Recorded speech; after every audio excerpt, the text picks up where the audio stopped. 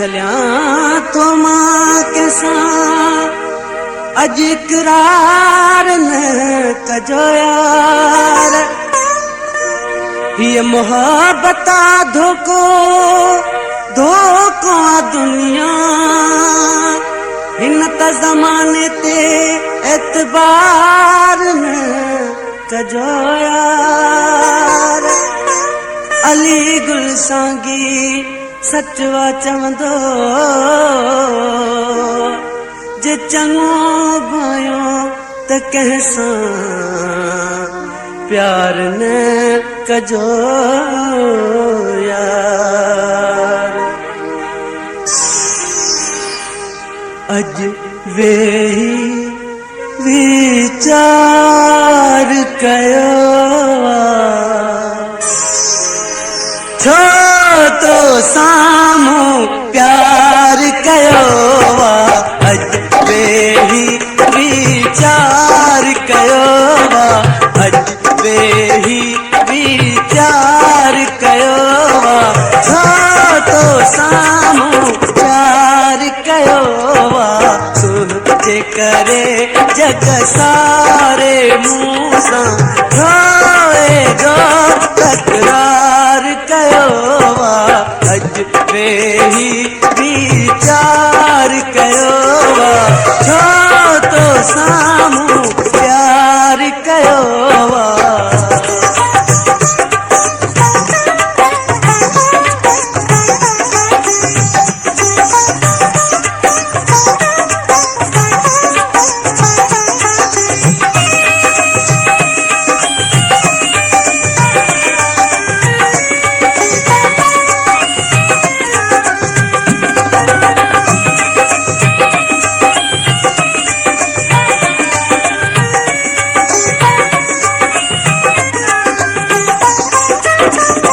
नंढपिणो याद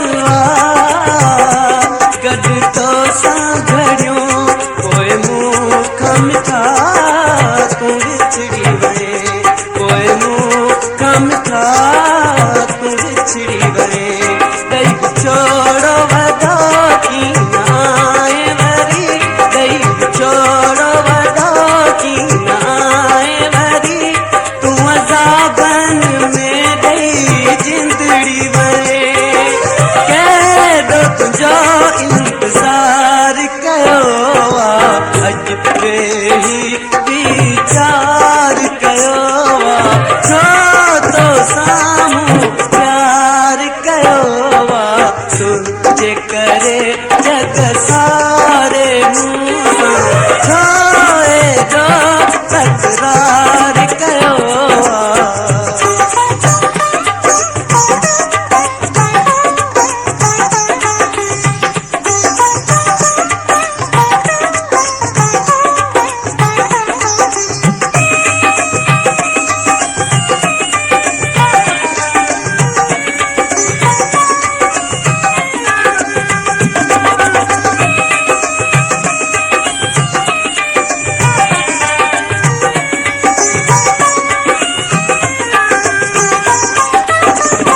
झलियो मान हो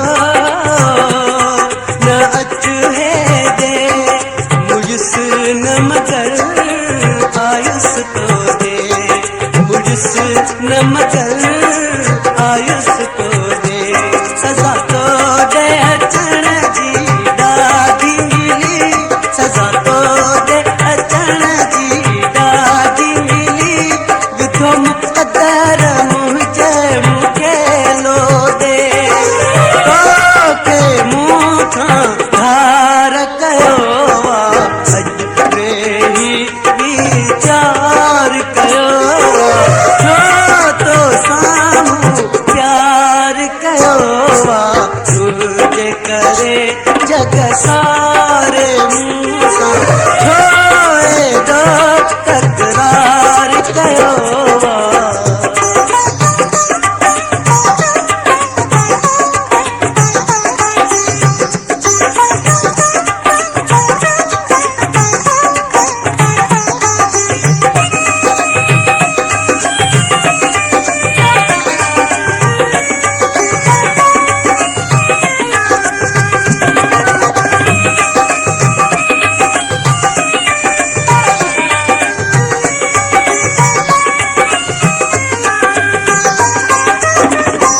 अली